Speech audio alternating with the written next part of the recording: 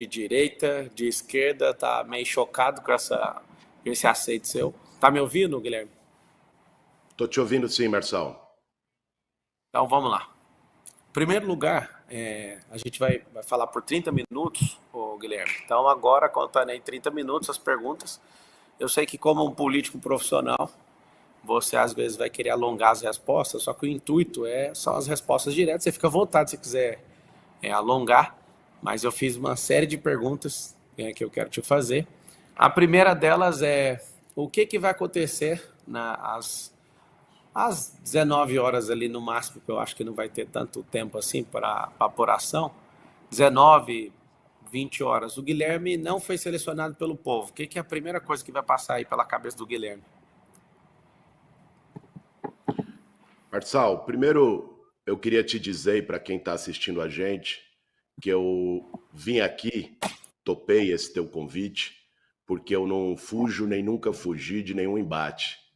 Aliás, passei os últimos dias conversando olho no olho com as pessoas em praça pública, por toda a cidade de São Paulo. Inclusive, teve apoiadores meus que aconselharam não vá a esse lado, como eu vi que teve apoiadores seus que também te criticaram por isso. O que a gente tem que ter em mente é que eu, se fosse levar pelo pessoal, seria a última pessoa a topar esse convite, até pelos ataques que sofri da tua candidatura no primeiro turno. Mas eu não me movo por mágoa, por ressentimento, eu me movo na política por um propósito, que é fazer a vida das pessoas melhor, é lutar por mudança, e é por isso que eu estou aqui hoje. E goste ou não, você teve mais de 1.700.000 votos de paulistanos. Eu sei que muita gente, aliás, a maioria das pessoas que votaram em você, votaram pela mudança. Assim como eu, querem a mudança na cidade de São Paulo. Eu tenho a convicção que eu vou ganhar essa eleição. E governando São Paulo, eu vou ter que governar para todos, inclusive para mais de 1.700.000 pessoas que votaram em você. É por isso que eu estou Então aqui vamos hoje. lá. Boa. Então, já que você falou que não foge, o Nunes ele está assistindo lá para ver se ele entra logo em seguida, vamos ver se ele consegue. No debate da Veja você não foi. E aí, como a gente está numa entrevista de emprego, lá você não foi, foi você, o Nunes e o Datena que acabou não indo. Em poucas palavras, para a gente conseguir fluir bem na entrevista. Né? Como eu disse, isso aqui não vai ter baixaria, vai ser com respeito, apesar de muitas pessoas de direita não conseguirem nem dialogar com alguém de esquerda como você, eu acredito que isso aqui vai trazer muita luz para todo mundo. Me fala então por que você topou vir aqui, você já disse, mas por que você deixou de ir naquele debate, que inclusive não ficou claro para ninguém. Em poucas palavras, para a gente conseguir fluir. Se você puder atender esse pedido, a gente vai fluir com muitas perguntas aí. Então, se Vamos lá. você fala que foge ao debate, por que você fugiu daquele?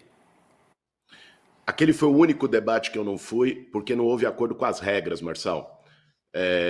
A revista Veja, que organizava o debate, não atendeu o pedido da nossa campanha e de outras campanhas de ter regras que evitasse baixaria, de ter regras que permitisse uma discussão sobre a cidade, e por isso que eu não fui naquele. Em todos os outros debates, quando houve acordo com as regras, como esse aqui, a sua equipe mandou para mim a proposta de regras, esse compromisso que você reafirmou agora de não ter baixaria, por isso estou aqui e não tive naquele. Tá. Me fala, eu vou perguntar coisas pessoais. Eu estou falando por 1.719.024. Fora isso, acho que 50 milhões de pessoas me assistem nas redes sociais, né? No mundo inteiro aí, gente, no mundo hispano também. Eu tenho uma audiência um pouco forte. Eu tenho perguntas sinceras, né? Que eu vou perguntar para a pessoa do Guilherme, tá? A primeira pergunta que eu tenho para você, dessas bem sinceras, o que foi a pior coisa que você já fez na sua vida, Guilherme? Pessoal mesmo, o que é a pior coisa que você pode falar assim? Eu estou aqui encarregado de contratar ou não você para esse cargo. É uma situação atípica, eu acho que nunca foi vista na política, um terceiro colocado abrindo oportunidade para falar com os outros, afinal de contas, no primeiro turno, cada um terminou com o mesmo percentual de voto, praticamente, e, e parabéns pela coragem, né? Porque você vir aqui é bem corajoso. Eu espero que o Nunes também tenha essa coragem logo em seguida e está aberto aí para ele. O que é a pior coisa que o Nunes já fez como pessoa? O Cara, Boulos. que o Nunes já fez, O é Boulos. difícil dizer, porque foram muitas Não, coisas não. ruins que ele já fez na vida. Mas, então, eu entendi tua pergunta. Cara, Eu não me arrependo, Marçal, de nada do que eu fiz na minha vida.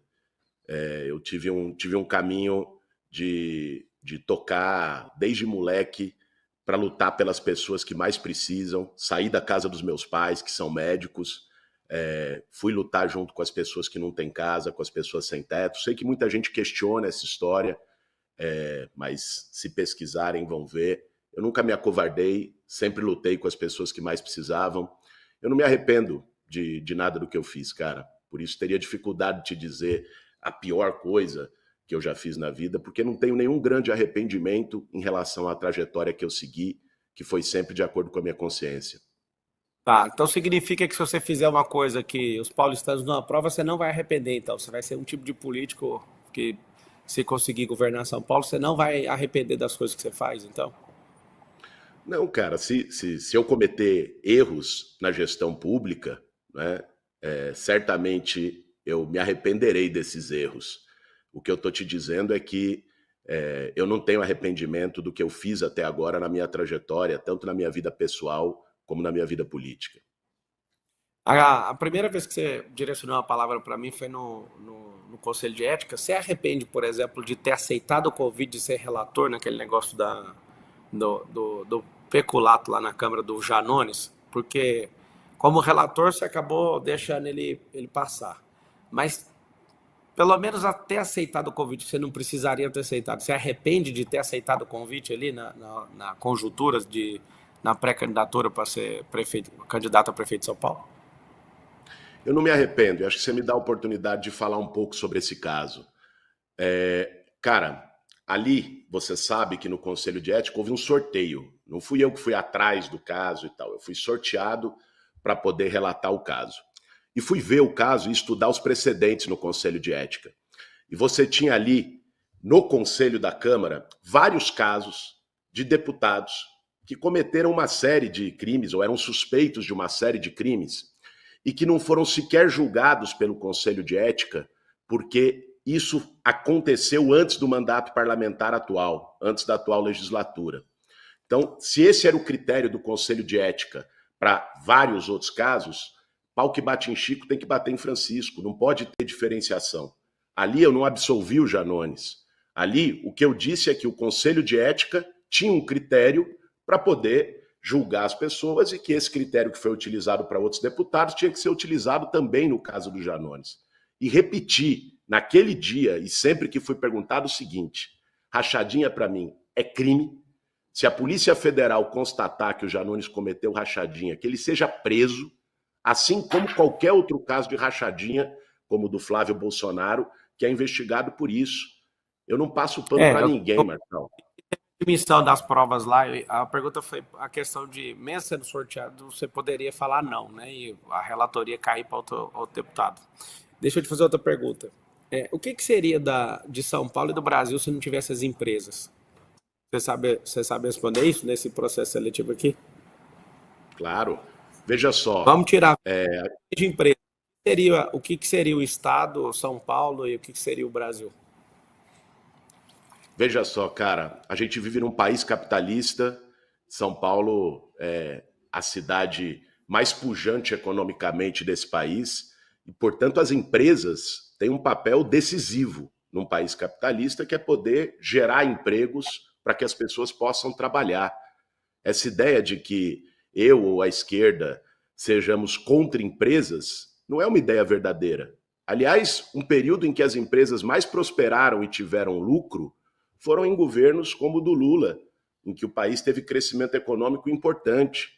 O que eu não concordo e não admito, né, é que empresas entrem no poder público para poder apenas ter o seu lucro e prestar um serviço muito ruim para a população.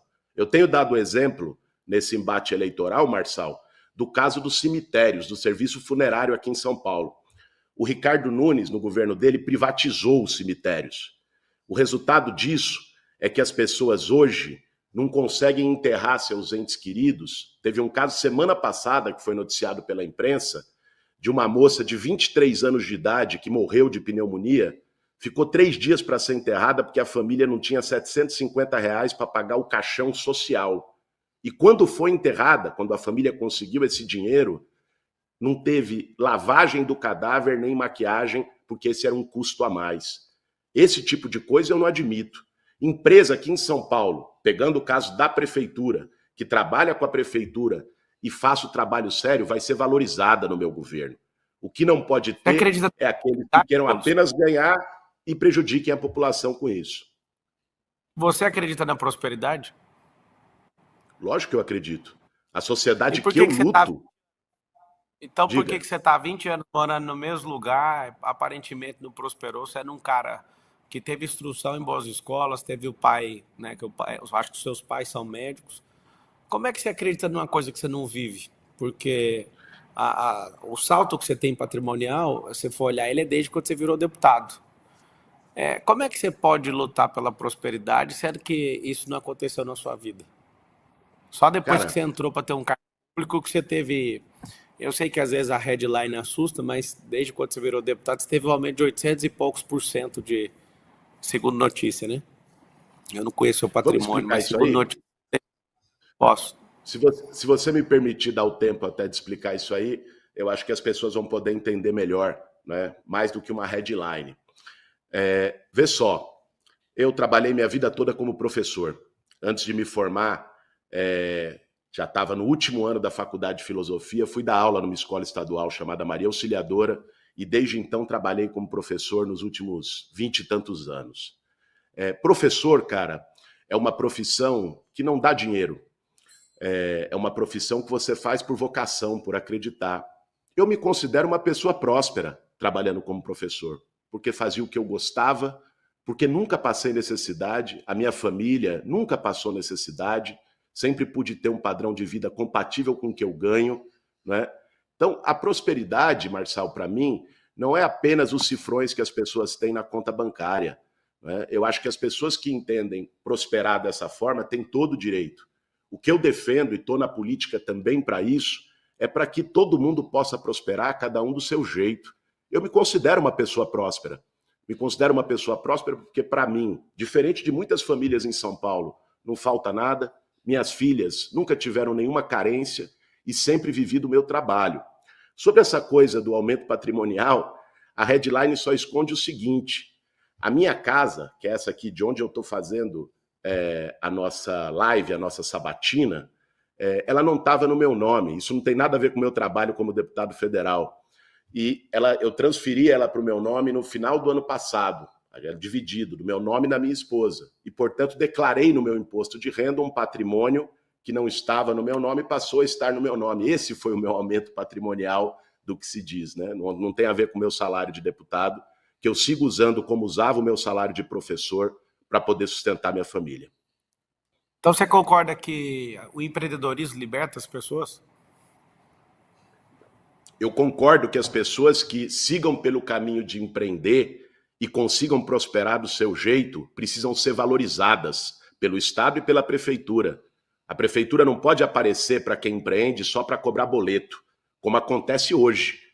Pergunte, eu tenho conversado com muitos pequenos comerciantes, tenho conversado com muitos jovens empreendedores da periferia, e hoje a prefeitura aparece mais para dificultar a vida dele do que para dar um empurrãozinho, né? Eu, como prefeito de São Paulo, já assumi vários compromissos, Marçal. Um deles será criar a agência municipal de crédito, com juro subsidiado, para poder ajudar esse empreendedor a ter um empurrãozinho, a poder seguir o seu trabalho.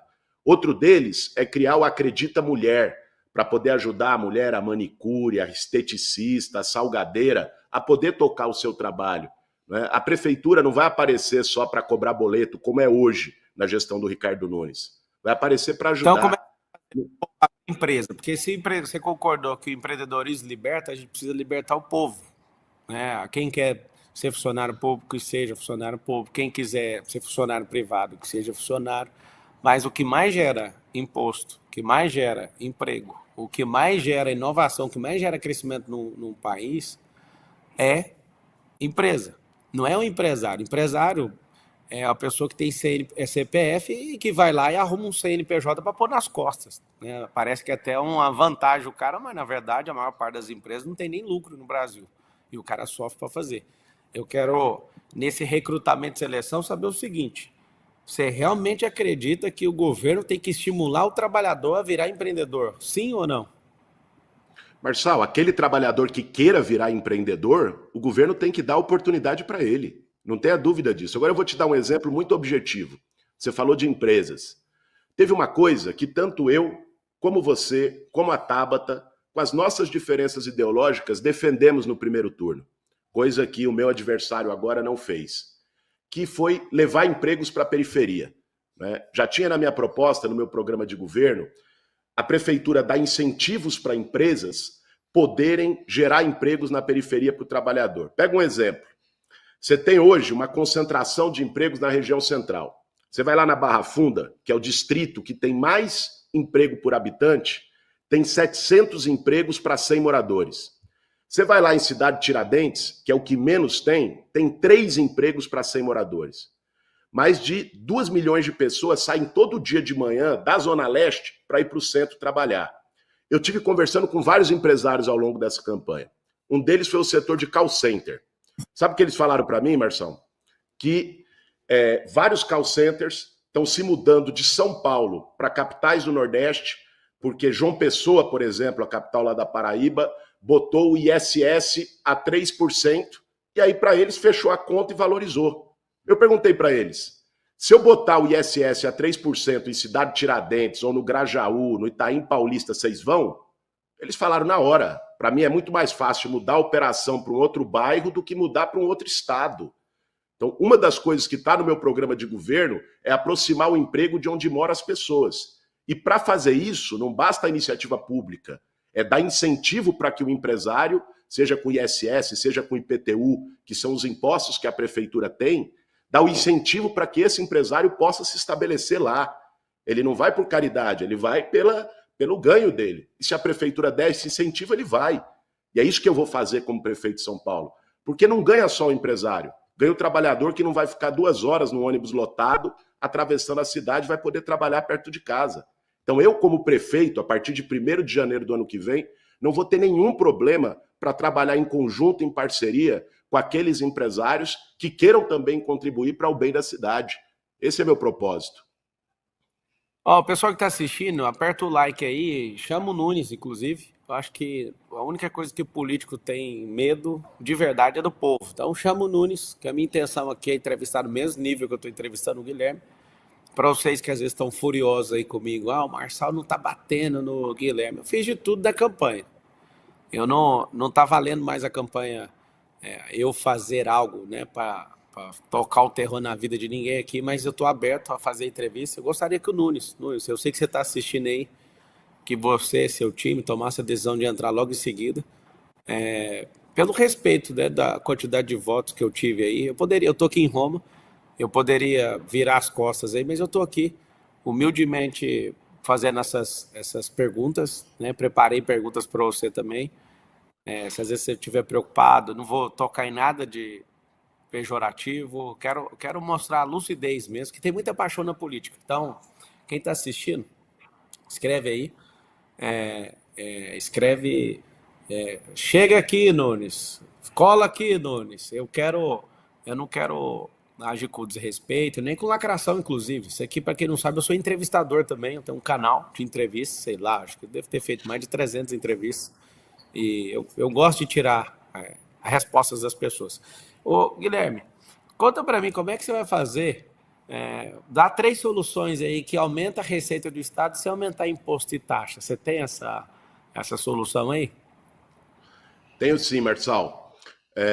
Uma delas é poder garantir que a prefeitura tenha mais inovação para fazer a cobrança da dívida ativa, né? Você tem hoje mais de 150 bilhões de dívida com a prefeitura. E você tem poucos procuradores da Fazenda da prefeitura fazendo a cobrança dessas dívidas. Você pode implementar métodos como outras metrópoles do mundo têm, inclusive com o uso de inteligência artificial, para poder facilitar a cobrança dessas dívidas e a prefeitura ter isso sem aumentar R$1 de taxa.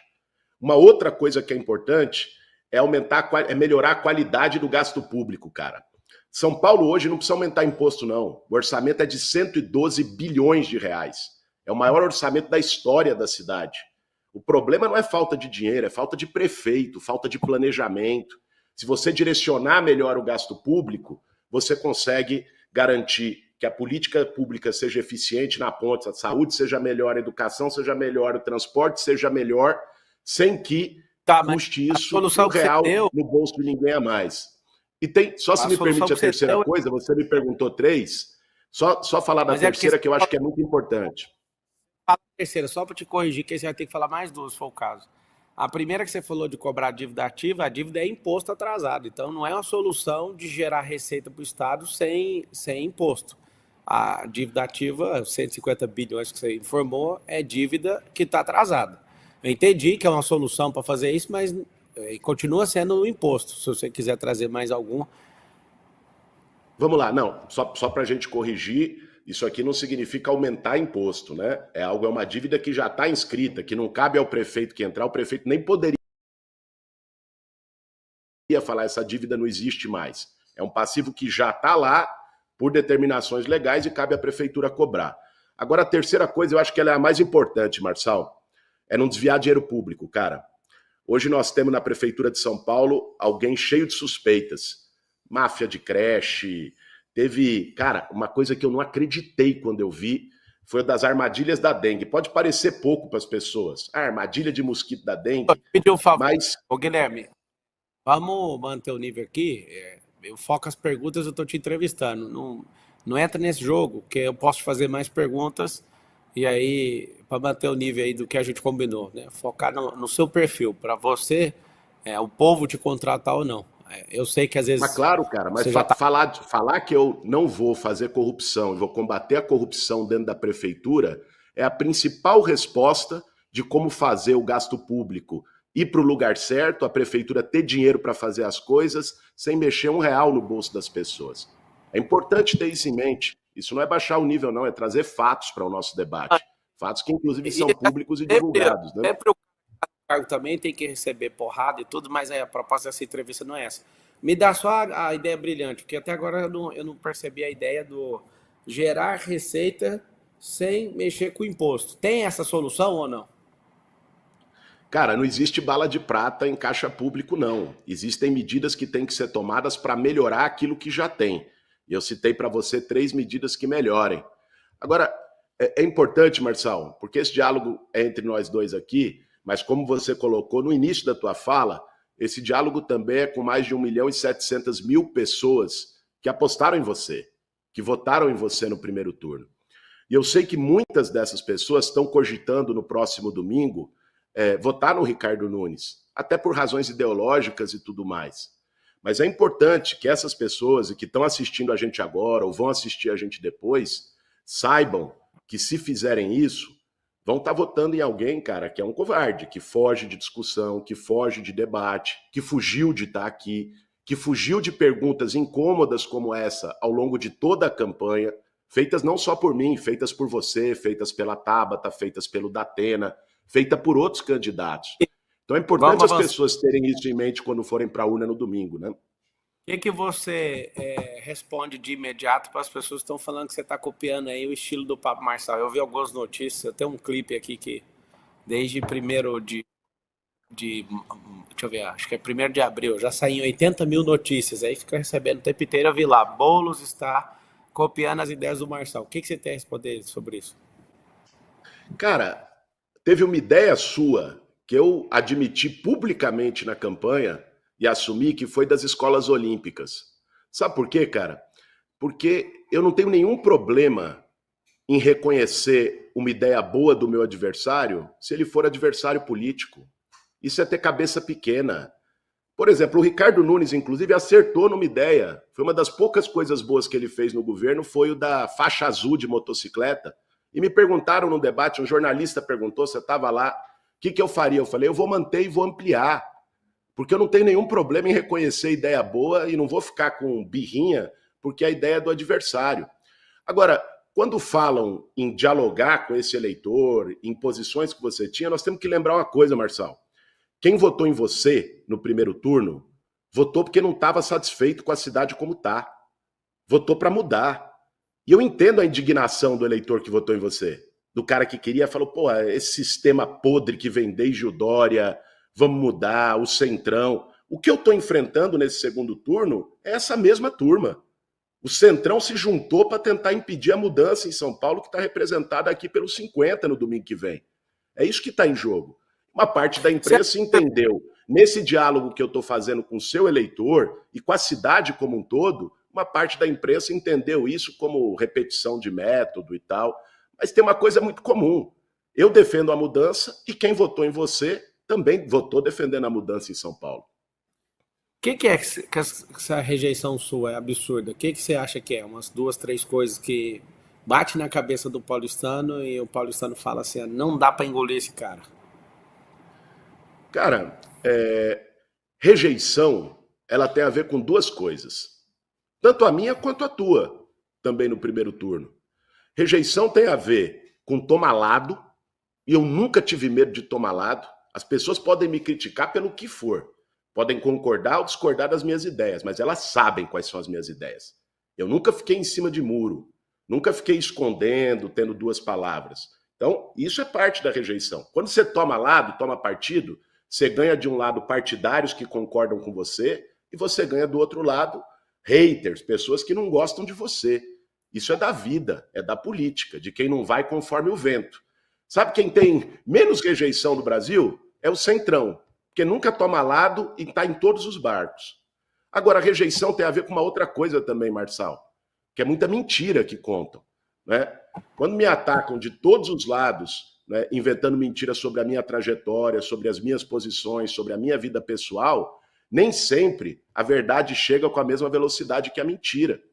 Eu tive esses dias, cara, dialogando com muita gente na cidade inteira, né? Indo para regiões, dormi na Brasilândia na segunda, depois no Grajaú na terça, em São Mateus na quarta, e fui conversando com as pessoas na rua. Fiz um exercício que não era, sabe, campanha e tal. Era ir lá, chegar na frente da casa da senhora, chegar na praça pública, abordar, ouvir coisa que eu gostava e que eu não gostava. E várias pessoas vieram dizer coisas para mim, falando, pô, Boulos, é porque você nunca trabalhou. Aí eu perguntei, pô, cara, você acha que professor não é um trabalho? E fui falando onde eu trabalhei. Outro dizia, pô, Boulos, porque você invadiu casa. Aí eu dizia, poxa, explicava como é que era a atuação do movimento social e que eu nunca invadi nenhuma casa. E outros iam por esse caminho, você não fez nada como deputado, que é a propaganda que meu adversário está botando na televisão. Eu explicava o que eu fiz como deputado. E quando isso chegava nas pessoas desse jeito, a gente conseguia quebrar a rejeição e virar voto. Tá bom, então me fala uma coisa. Se caso o eleitor falar, não, a gente vai dar uma chance pro cara desse.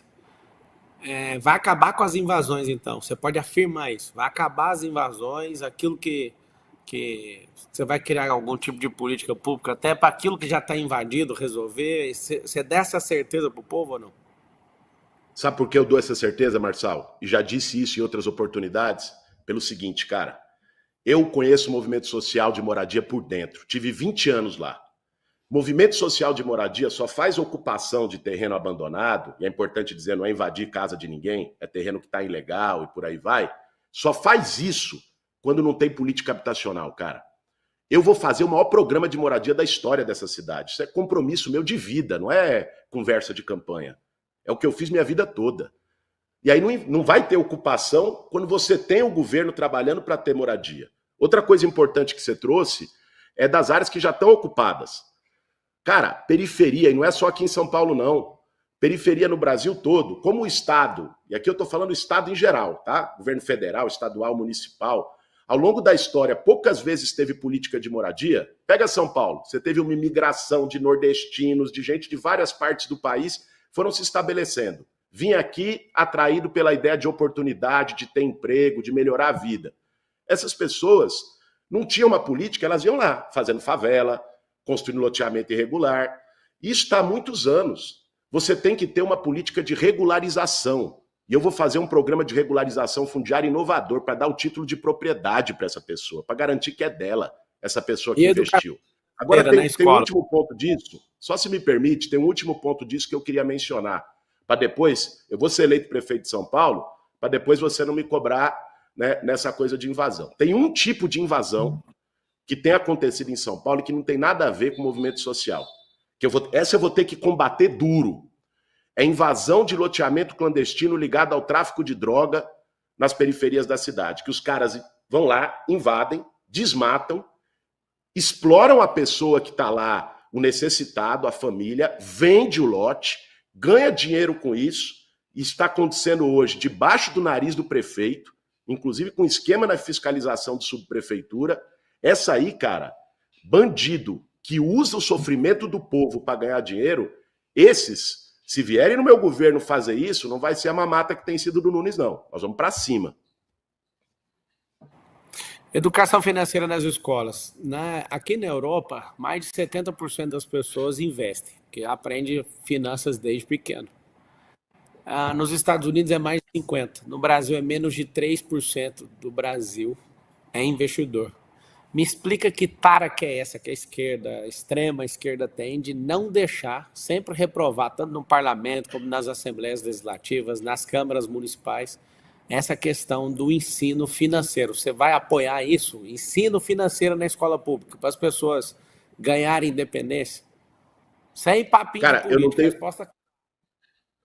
Eu não tenho nenhum problema com educação financeira dentro do currículo escolar. Nenhum problema. Né? Nós temos que ver qual é a idade certa para entrar isso, porque a prefeitura cuida desde a creche até o 9º ano. O ensino médio, você sabe, é responsabilidade do Estado. Então, você ter matérias como educação financeira, você ter matérias curriculares como educação ambiental, que é muito importante, ensinar a meninada a fazer reciclagem de lixo, que São Paulo hoje enterra 98% do seu lixo, a partir da escola, para levar isso para sua família em casa. Eu não tenho nenhum problema da gente abrir o currículo e ligar o currículo mais com a vida das pessoas. Hoje, eu como professor vivi isso.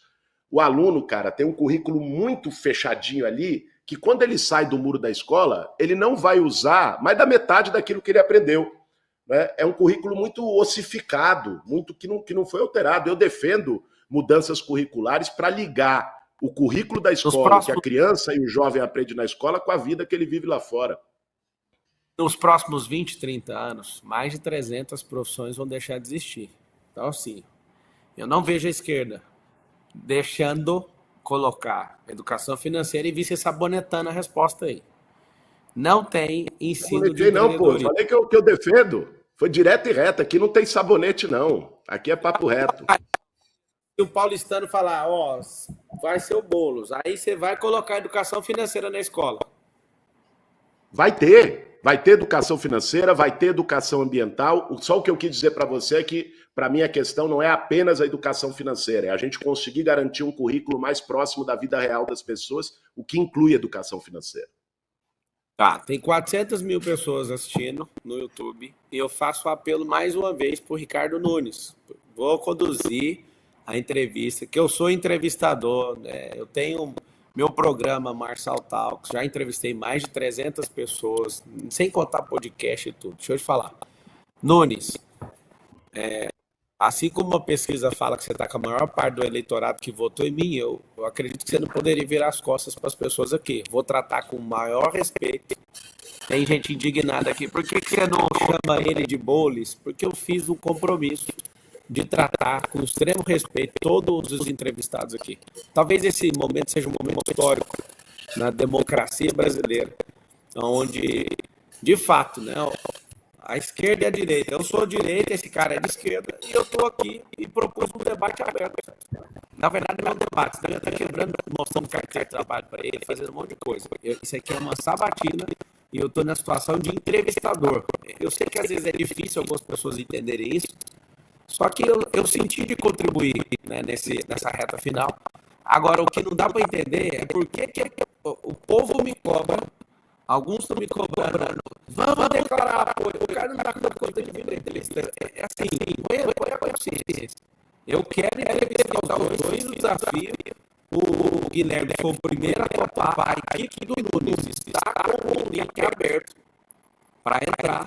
Eu faço a mais uma vez. Escreve todo mundo assim, vem no Nunes, escreve isso. Não é para colocar aí rápido, foguete. Eu estou sendo claro aqui com as perguntas. Fiz muitas perguntas, mais de 50 perguntas aqui para o Guilherme. E fiz as perguntas no Nunes. Gostei do número de perguntas, viu, Marçal? Gostei do número de perguntas. que você fez, ó. Mais de 50. Pode ficar nos 50 que aí o pessoal grava aí na Unidade. Eu vejo que você é um cara que, assim como tem Lula e Bolsonaro, vai ter um tal de Guilherme Pablo nos próximos 30 anos. Isso me incomoda, você acredita? É um sentimento que eu tenho. Se de fato, eu sei que você não vai responder com precisão isso, né? É questão até mental sua agora até o final de semana, mas você imagina, esses próximos, quantos anos você tem? 42. Eu tenho 37. Você imagina 30 anos esse debate aí, tipo, o Lula chegou no final, o Bolsonaro chegou no final, mas está inelegível. Você já pensou que o cara que... Eu estou na condição de entrevistador, tá bom? Vou tirar uma vantagem dela aqui. Você já pensou em disputar a eleição de governo, de presidente da República, assim, com um cara de direitas, que vai te atormentar a vida inteira ou não? Os próximos 30 anos, já chegou a pensar isso ou não? Marçal, deixa eu te falar uma coisa, cara. Aqui tem uma expressão que a gente usa em São Paulo, que é uma expressão de nordestino. Minha mãe é paraibana e me ensinou ela desde criança. Eu não sou filho de pai assustado. Quando você diz um negócio desse, é que você tá pronto para qualquer embate. Adversário a gente não escolhe, cara, na campanha, na vida. Aparece. E a gente tem que estar preparado para fazer um debate qualificado com qualquer adversário, independente das circunstâncias. Você estava falando agora do pessoal que está... Até teus apoiadores que estão questionando. Cara, o que eu recebi de questionamento de apoiador meu? Pô, o Marçal fez isso, acusou aquilo. Eu sei. Só que é o seguinte, cara. Eu sou movido por propósito. Eu não estou na política para ganhar dinheiro. Eu não estou na política para ter privilégio. Eu não estou na política pela ânsia do poder, pelo poder. Eu estou na política porque eu acho que é um instrumento que a gente tem. Por mais podre que sejam muitos dos que estão na política, para mudar a sociedade. Quando você está numa batalha dessa, de missão, de propósito, você vai em frente, cara. Você não escolhe adversário, não. Nem o de agora, nem o dos próximos 30 anos. É assim que tem que ser. Né? É assim que eu acredito, é assim que eu ajo, desde que eu entrei na política. Pessoas em uma palavra. Eu vou te falar o nome da pessoa, você vai definir em uma palavra. Bolsonaro. Cara, Bolsonaro foi um péssimo presidente para o Brasil. Um cara que zombou das pessoas na pandemia, isso é imperdoável. Fernando Henrique Cardoso. Cara, foi um cara que eu, moleque no movimento estudantil, fiz oposição a ele, né? Porque não representa as ideias que eu acredito. Né? Mas foi um cara que nos embates depois, pelo menos, ficou ao lado da democracia no Brasil. Fernando Collor. Puta, um ladrão de marca maior. Dilma Rousseff. Dilma Rousseff, uma mulher corajosa, né? Que enfrentou desde tortura na ditadura militar a depois todos os ataques que sofreu no governo. E Jesus Cristo. Jesus Cristo, acho que uma inspiração para todos nós que somos cristãos. Aliás, você me dá a oportunidade de dizer, né? Eu nunca falei de religião em campanha, cara, porque eu não acho que seja o caso, sabe? Eu acho que tem muita gente que usa a religiosidade, a fé das pessoas para ficar fazendo jogo eleitoral. Eu nunca gostei, nunca concordei disso, mas sou batizado, crismado na Igreja Cristã Ortodoxa e sigo com a minha fé, sem separar isso da política, mas essa é a minha trajetória que eu aprendi dos meus pais desde menino. Tarcísio, uma palavra. Um governador ruim para São Paulo.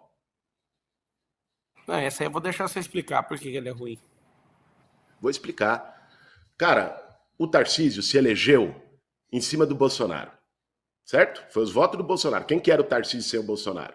Ele se elegeu em cima dos votos do Bolsonaro. E o que ele fez? Pensa bem, às vezes a gente faz, sua campanha deve ter feito também pesquisa qualitativa, né? Que era aquela pesquisa que você junta eleitores e tal. Aí o pessoal falava, algumas pessoas falavam, eu gosto do Tarcísio. Aí quando o entrevistador da pesquisa perguntava por quê, ficava aquele som do grilo. Era só propaganda. O Tarcísio está há 2 anos no governo. O que ele fez foi vender a Sabesp, num negócio perigoso que pode virar Enel da água agora. O que ele fez foi um negócio contra livro didático em escola. O cara, em 2 anos, não conseguiu deixar um legado de melhoria para o povo. Por isso que eu acho que não é um bom governador para São Paulo. E vamos lembrar, isso é importante, fazer esse alerta, porque o meu adversário agora, Marçal, sendo muito franco, e o fato dele não ter vindo aqui expressar isso, não é o Ricardo Nunes, meu adversário, cara. Ricardo Nunes é um fantoche, é um cara inseguro e tal. Não vou usar palavras aqui, até porque você aí insistiu para a gente não fazer uma conversa de ataques. O Ricardo Nunes é um cara que não tem expressão, não tem identidade própria. O que está em jogo nessa eleição agora é o Tarcísio poder usar... Só completar esse raciocínio, o que está em jogo nessa eleição é o Tarcísio usar a cidade como trampolim, botando um fantoche aqui, para ele largar o governo e ser candidato a presidente. É essa turma que eu estou enfrentando. Pode ficar tranquilo que eu vou estar lá candidato. Guilherme, o Kassab, uma palavra. Cara, o Kassab é uma expressão do Centrão. É um cara que teve em todos os governos. Né? Ele representa essa política. Tanto é que hoje ele está no governo do Tarcísio e está no governo do Lula. Né? Independente da posição do lado ideológico, ele é um cara que se acomoda ali em todos os governos.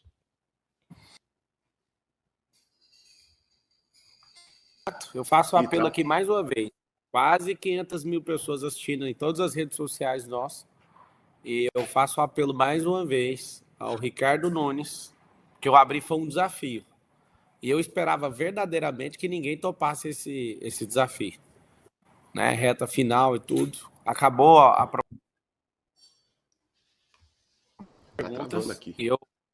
Voltou. Voltou aí? Voltou. Deu uma travada aqui. Tá, eu tô aqui no meu poder cívico e usando a minha característica de entrevistador, que eu gosto demais, né, de tirar as respostas das pessoas, eu, Pablo, faço o apelo mais uma vez.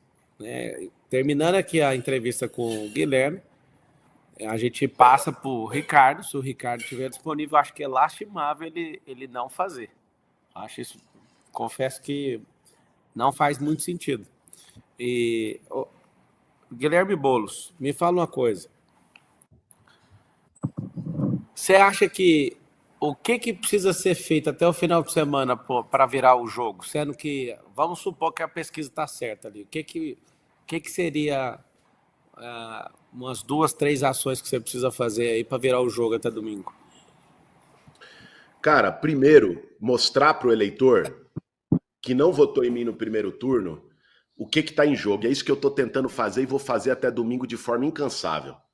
O que está em jogo é deixar a turma como está, deixar o consórcio do Dória, né, o sistema que o Dória montou na prefeitura, mais 4 anos, ou então oferecer mudança para São Paulo. Deixar um cara que teve a oportunidade de fazer, ele teve 3 anos e meio, muita gente não sabe, porque ele apareceu só agora na eleição, às vezes o pessoal acha que o Ricardo Nunes entrou agora. Ele teve 3 anos e meio na prefeitura e não fez, não deu conta.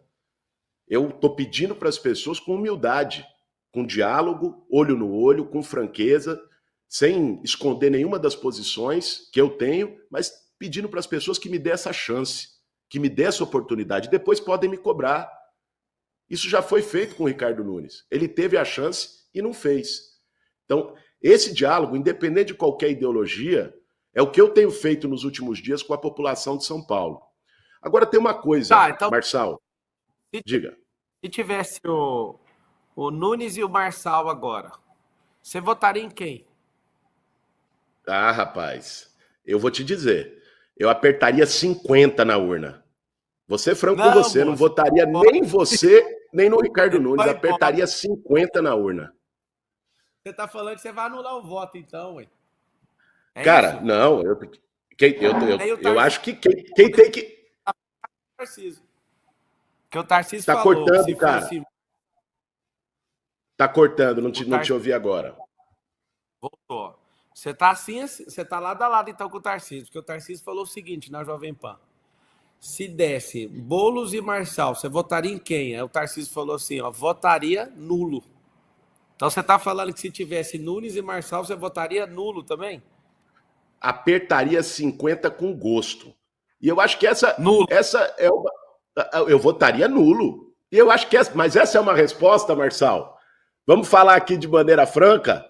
Essa é uma resposta que hoje você tem que dar. Eu sei que é você que está me sabatinando, mas quem está no segundo turno hoje sou eu e o Nunes. Você falou uma coisa a campanha inteira, e essa é uma das coisas que eu concordei com você, e já disse, inclusive, em debate. O Nunes é um cara que, por toda essa situação, tem chance de ser preso. Você votaria num cara que tem chance de ser preso? Você vai ficar em Roma ou você vai voltar aqui para São Paulo? Quem sabe você vote? Eu gostaria muito que você apertasse os 50 na urna no domingão aqui. Mas se você voltar para São Paulo, qual que vai ser o seu voto? Ó, até agora, na minha cabeça, o número 5 na urna não funciona pra mim. Nem de 15, nem de 50. Só pra você saber. É só o numeralzinho ali que não funciona. Qualquer outro número pega. Mas sendo bem verdadeiro, ô Boulos, apesar de eu estar elegante com você na postura de entrevistador, eu não voto na esquerda jamais. Eu, Pablo. Então, como você está me apertando aí, e já que você está usando essa possibilidade de me entrevistar, eu, eu vejo a mesma coisa no Nunes, cara. O grupo dele ali é de centro-esquerda da mesma laia que você. Então, eu acho difícil um dia na vida você vê eu posicionando dessa forma. Eu acho lamentável o erro do Bolsonaro em apoiar ele. Quando eu falei, eu estava muito lúcido em relação ao consórcio comunista do Brasil. Eu de verdade vou te falar assim, ó, se um dia você falar que teve meu voto, foi porque você converteu pro conservadorismo, pro liberalismo. Você virou outra pessoa, que é de esquerda, você não vai ter meu voto. É uma questão minha, sabe? Assim, desde criança, cara, não é um negócio que eu converti no caminho, não. Eu sou uma parada que eu não falar assim do fundo do meu coração, eu não vejo diferença nenhuma entre você e o Nunes. Eu vejo eu vejo uma máquina gigante na mão dele, eu vejo um bem bolado que eu nunca vi na minha vida acontecer. E vou falar pela última vez aqui. Tá aberto pro Nunes entrar e eu fazer entrevista com ele do mesmo jeito. A gente tá terminando aqui 1 hora. Eu tô em Roma descansando com a família. Sabe o que eu fiz hoje? Hoje eu cumpri uma promessa de campanha lá em casa. Meu filho, no final de ano, várias pessoas estavam sonhando em ser na escola dele.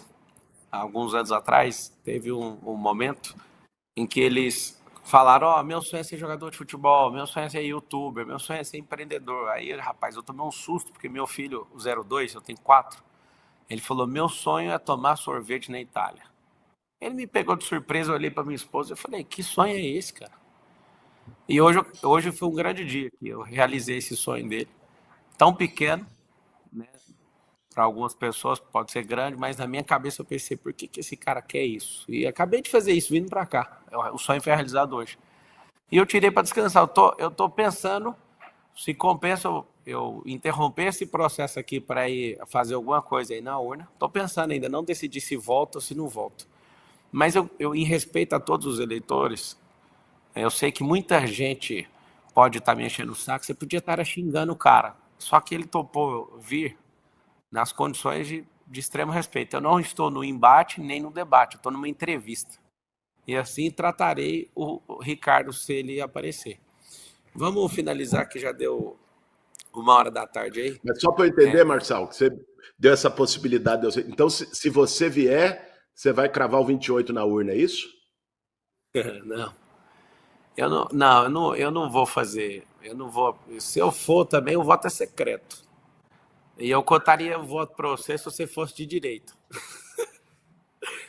Você é o Vai ter cara que tá muita gente pegando de trabalho. direita que está assistindo aqui a gente. É. Porque Eu acredito sim. você falou que para você não funciona o 5. Então você não vai votar nem em mim nem nele, não é isso? Cara, assim, o voto para mim é ideológico. Eu não consigo votar nesse trem de menos pior. Eu vi uma pesquisa que saiu agora, que eu fico antenado, porque eu sou um cara analítico. Eu fiquei assustado com os dois perfis. O tanto de gente que está votando em você por não ter opção e o tanto de gente que está votando no Nunes por falta de opção. É muito ruim a política desse jeito. E até, já que você levantou isso aí, é muito ruim a gente ter uma postura de sempre ter o menos pior na política.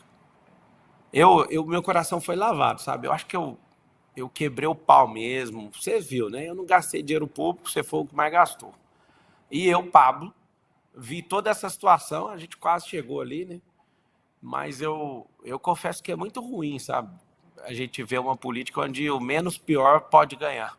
A gente tinha que ter assim, os melhores da sociedade investir nisso, de fato. Como você virou o jogo aí para mim, eu gosto de responder também. Mas eu acredito, cara, que vai ter a maior abstenção da história. Isso é real. Tanto de mensagem de gente que tá falando assim, eu não acredito mais na política. Eu falei, cara, você tem que acreditar.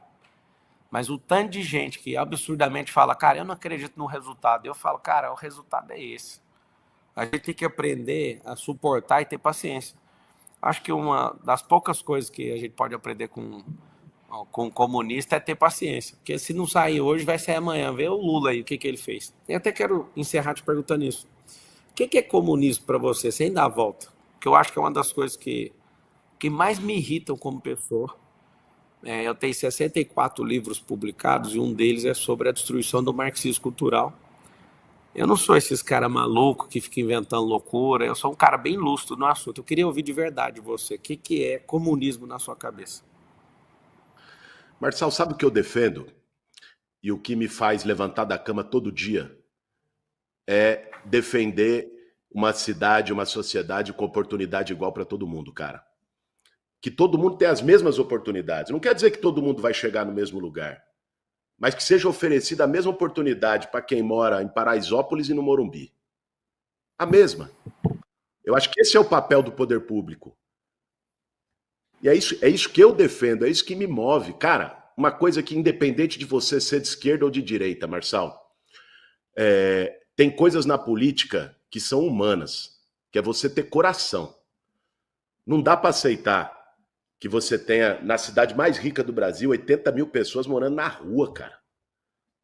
Aí você pode dizer, pô, não, mas porque essa pessoa fracassou, não trabalhou, não quis, não seguiu. Não é isso não, cara. Tem gente ali que nunca teve uma oportunidade de vida, nunca teve ninguém para dar um empurrãozinho para ela. É depois apontar o dedo. Você acha que você consegue zerar isso? Cara, eu vou zerar a população de rua na cidade de São Paulo. Esse é um compromisso. Isso para mim não está nem em discussão. Eu vou resolver o problema da população de rua. Sabe por quê? Porque eu convivi com essas pessoas 20 anos, eu sei o que elas pensam e eu sei como fazer. Eu vou resolver esse problema. Depois de 4 anos, se tiver gente morando na rua em São Paulo, você pode pegar esse vídeo que eu estou falando aqui e dizer, ó, Boulos é mentiroso, tá fora, não sei o quê, nunca mais participa de nada, porque eu vou resolver esse problema na cidade de São Paulo. Para mim isso é questão de honra, não é promessinha de campanha, não. Dá para fazer, a cidade tem dinheiro para fazer. Isso é uma questão humana, cara. Isso devia unir todo mundo. Tem várias coisas na cidade que é questão de indignação, de humanidade, não de ideologia. Tá. Você defende tanto a habitação, você fez algum projeto de habitação como deputado? Você colocou dinheiro de emenda sua como em algum projeto de habitação? Vários.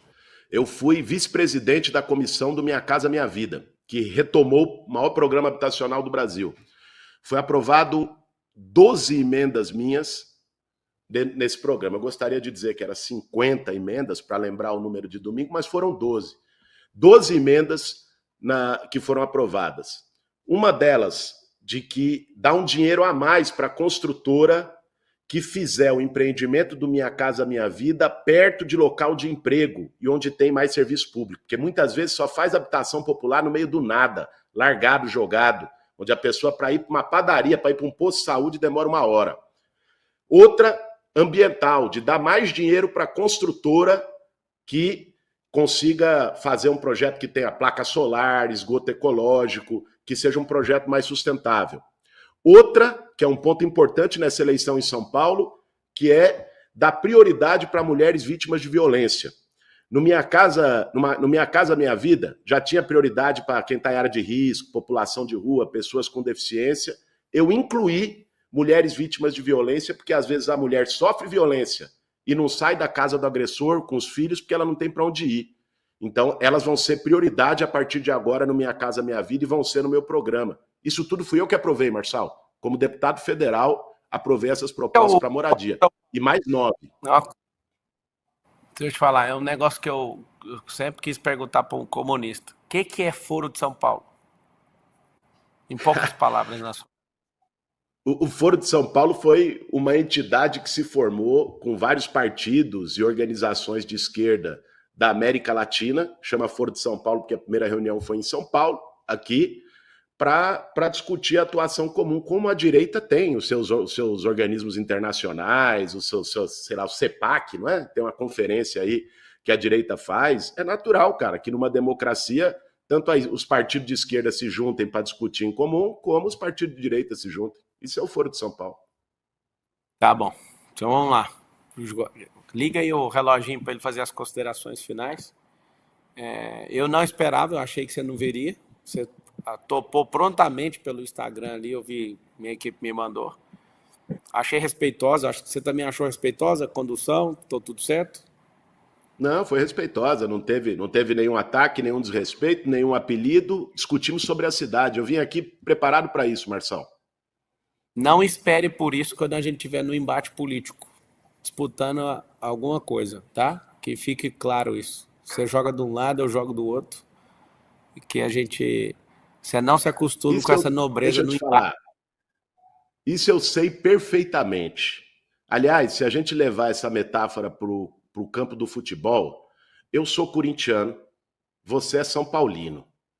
Mas o problema hoje de São Paulo é o palmeirense que está lá, sentado na cadeira. Então, nunca o Corinthians e o São Paulo, quando entrar em campo, não vão dar tudo para brigar entre um e outro, ou o Corinthians e Palmeiras, ou o Palmeiras e o São Paulo. Então, eu tenho clareza das nossas diferenças ideológicas e topei vir apesar delas, porque eu não fujo de debate, cara, com ninguém. Não fujo de embate, não fujo de diálogo, e eu acho que isso não é um mérito meu. Isso deveria ser uma obrigação, um dever de qualquer um que está na política. Ser transparente, não por mim, não por você, não pelo Ricardo Nunes, não pelos candidatos, pelas pessoas que vão votar na urna no domingo. Suas considerações finais, manda aí. Vamos lá. Eu quero dialogar agora com você que está assistindo, em especial com essas mais de 1.700.000 pessoas que depositaram seu voto no Pablo Marçal no primeiro turno. Quando você votou indignado com um grupo político, com uma corja, com um sistema, com um centrão que está aí desde o Dória, saibam que é esse sistema que eu estou enfrentando e que está fazendo de tudo, com mentira, com ataque, com grana, né, para tentar nos derrotar no próximo domingo. O que eles querem é impedir a mudança. E eu acho que quem votou em você, Marçal, há 3 semanas, votou porque acreditava na mudança. O candidato da mudança nesse segundo turno sou eu. Né? Nós representamos a mudança para a cidade de São Paulo para não ficar mais 4 anos com essa turma. Gente, pensa bem. Esquece por um momento a diferença ideológica, o que você pensa de mim, o que não pensa. O cara teve a chance dele e não fez. Ele teve 3 anos e meio. Olha como é que está a cidade. O que eu estou pedindo para você e para todos os eleitores de São Paulo é que me deem uma chance. Depois vocês podem cobrar, depois vocês podem criticar, podem dizer o que vocês acharam, se deu certo, se não deu certo, mas dê essa chance. Dele, a gente já sabe que vai sair. E não se enganem com essa ideia de que é um cara inofensivo. Eu ouvi muito isso, Marçal. Gente dizendo, pô, mas o Boulos, o que pode acontecer? Meio que um medo, sabe? A pessoa quer a mudança, mas fica um pouco receosa, com medo, e acha que o Nunes é um cara inofensivo. Não é, não. Sabe o que aconteceu no Rio de Janeiro quando tinha governador fraco? A milícia tomou conta do governo. Começou vendendo bujão de gás, depois estava cobrando taxa de comerciante, taxa de morador, extorquindo as pessoas. O que já está acontecendo em São Paulo com um prefeito fraco, sem postura, sem energia, é o crime organizado tomando conta do governo. O preço pode sair muito mais caro. Então, o apelo que eu faço para vocês é que nesse domingo votem pela mudança na cidade de São Paulo. Votem no 50, né? O Marçal já disse aqui que não vota nem em mim, nem no Nunes, é direito dele e eu respeito. Eu mesmo disse que se fosse o caso dele e do Nunes, eu também não votaria em nenhum dos dois, porque existem diferenças. Mas você, pense bem. O que está em jogo é a possibilidade de mudança na cidade de São Paulo, de derrotar essa turma de centrão que está governando a cidade, de derrotar esse sistema apodrecido que tomou conta dos contratos, que montou esquema com o nosso dinheiro, e de dar uma oportunidade para São Paulo ter um outro caminho, um caminho que seja para a cidade prosperar, para que você tenha mais oportunidades, para que você possa ir num posto de saúde, porque ninguém te pergunta se é de esquerda ou de direita quando você fica 9 horas esperando na fila de uma UPA. Ninguém te pergunta se é de esquerda ou de direita quando você está num ônibus lotado. Ninguém te pergunta se é de esquerda ou de direita quando não tem remédio no posto.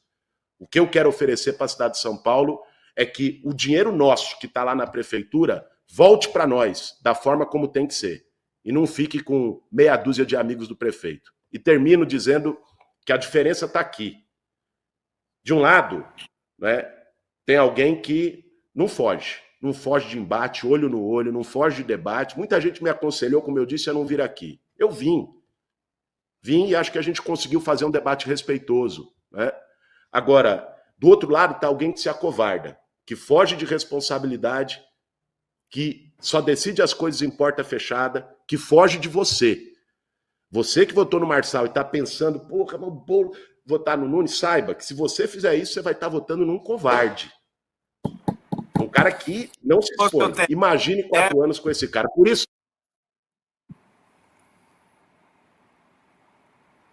Cortaram o microfone igual no pode liberar o microfone aí para ele dar tchau pro povo aí. Cortaram o microfone igual na Folha. Tá, cortaram meu microfone? Eu não vi, pô. Eu fiquei falando aqui que tá com o microfone cortado. Não. Cortou só o finalzinho. Guilherme, que Deus tenha piedade de São Paulo. Você já sabe que meu voto você não tem. E foi respeitoso, eu já disse aí. Que Deus abençoe São Paulo, que as pessoas estejam iluminadas, que vocês não desanimem na hora de votar. Vou falar mais alguns poucos minutos aqui, que eu vou dar uma aula. Também sou professor, eu tenho uma aula para dar agora em seguida. Já que o Ricardo não vai aparecer, eu vou ligar no celular do prefeito. Se ele não atender, eu e o Guilherme, a gente foi o único candidato da disputa dos 6, 7 primeiros ali que eu nunca chamei no WhatsApp, nunca tive conversa com ele. Isso aqui para mim é novo. Tá entrevistando ele, para vocês entenderem, o Brasil precisa de diálogo, o Brasil precisa de perguntar de fato, né, as pessoas, não precisa ter esse rancor, essa raiva na política. O Boulos, ele já sabe que meu voto não tem, e o Ricardo, por não aparecer, também não tem meu voto, né? Então, eu coloquei algumas condições lá, eu liberei o eleitorado para fazer o que bem entender. Eu não sou dono dos votos, as pessoas confiaram em mim no primeiro turno e elas, né, cuidam da própria vida a ponto de saber o que elas podem fazer. Deus te abençoe aí, tá? O Guilherme Boulos, e a gente finaliza aqui. Eu continuo então. É o seguinte, é um momento um pouquinho difícil para mim, tá? Eu confesso meu desconforto, bem difícil. Eu sei que vai sair muito corte aí na internet, eu decidi fazer isso, eu vou ligar aqui pro Ricardo. Estamos ao vivo com quase 500 mil pessoas em todas as redes sociais. Vou ligar para ele e se ele não quiser, eu vou finalizar. Vou ligar, estou ligando para o prefeito. Se eu tratei o Guilherme nesse respeito, você também tem que esperar o mesmo respeito. Tá chamando aqui, ó. Não tem o número dele aqui, mas vou mostrar para vocês. Ó. Tá ligando aqui, ó. Tá aí a foto do prefeito de São Paulo que quer. Estou chamando aqui agora, ao vivo. Se ele não atender, a minha intenção de fato era colocar todos eles, como não está mostrando o número dele, eu estou mostrando aqui, ó. Tá chamando. E o Ricardo não está atendendo. Vou deixar chamar até cair aqui. Então é o seguinte, o que é a minha proposta com isso, esse desafio? Quando eu fiz o desafio, eu tinha certeza que nenhum dos dois iria aceitar. Essa era a minha certeza. Fiquei realmente assombrado quando o Guilherme aceitou. E o Nunes, né, como a equipe estava com acesso, falando entre as assessorias, ele... Aí, ó, tá chamando. Continuo mostrando para vocês aqui que tá chamando, mas não tá indo para lugar nenhum. A grande verdade é o seguinte, que a gente precisa entender. Libera aqui para mim os comentários aqui, acho que apagou esse celular, uma outra aqui para mim. Eu quero deixar, avisa aí pessoal do conselheiro que eu já vou entrar. Eu quero deixar claro para todos vocês que estão assistindo que essa é uma guerra. a gente perdeu uma batalha, né? Mas a gente saiu vitorioso, mesmo não alcançando a Prefeitura de São Paulo. Eu, de fato, orei muitas vezes para Deus ter piedade. É muito maquinista, é muito bandido, muita gente que está surrupiando o povo através, né, desse método político tradicional. Achei uma situação muito ruim, né, ter terminado dessa forma. E eu quero que todo mundo saiba disso. Todo mundo saiba, né, da minha posição. Eu ainda não decidi, eu estou descansando com a família na Itália. E eu ainda não decidi se eu vou votar no domingo. Eu vi que o presidente Lula acabou caindo aí, ele já falou que não vai. Eu ainda não decidi. Eu estou a talvez 12 horas de distância, não sei, aqui de Roma no Brasil, 12 horas? 5 a mais. Não, 12 horas de voo. 12? Estou a 12 horas de distância.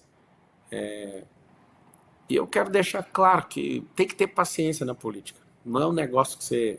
Não está ao vivo no Instagram, não? Tá. Deixa eu ver aí. Eu quero... Tá. Quanto? 22? E tem 400 e poucas mil no YouTube e tá em outros aí. Então o Ricardo não atendeu, uma pena.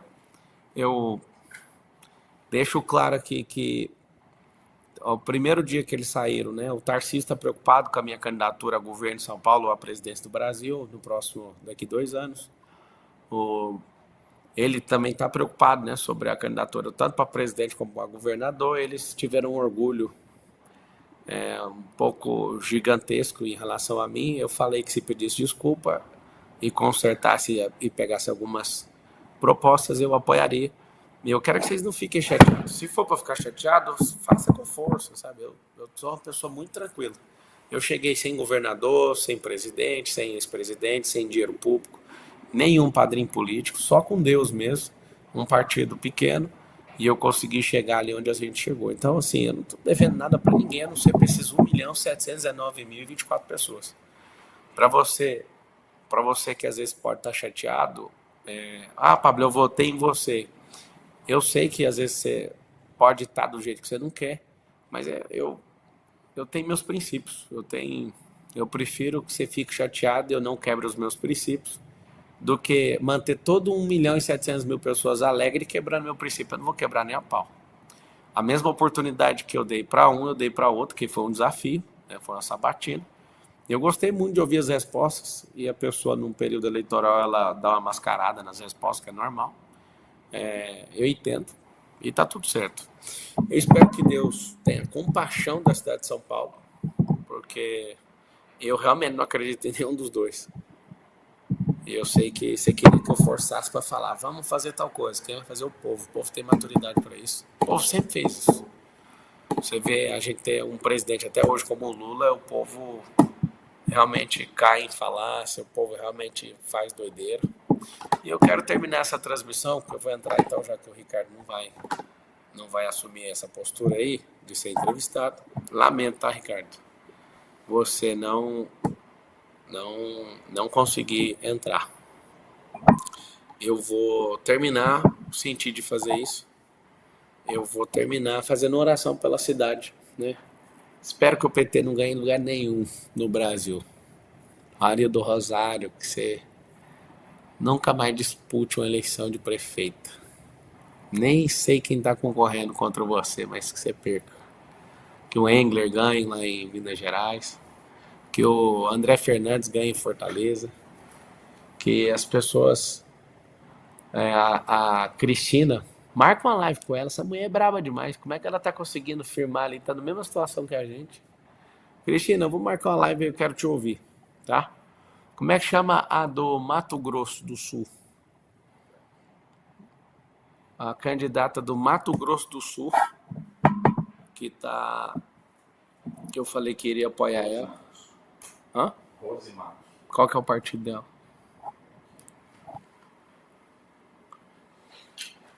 Eu quero terminar fazendo oração pela cidade, né, pelas pessoas que moram aí, porque todo mundo prometeu muita coisa, mas na hora de fazer tá devendo, é ruim.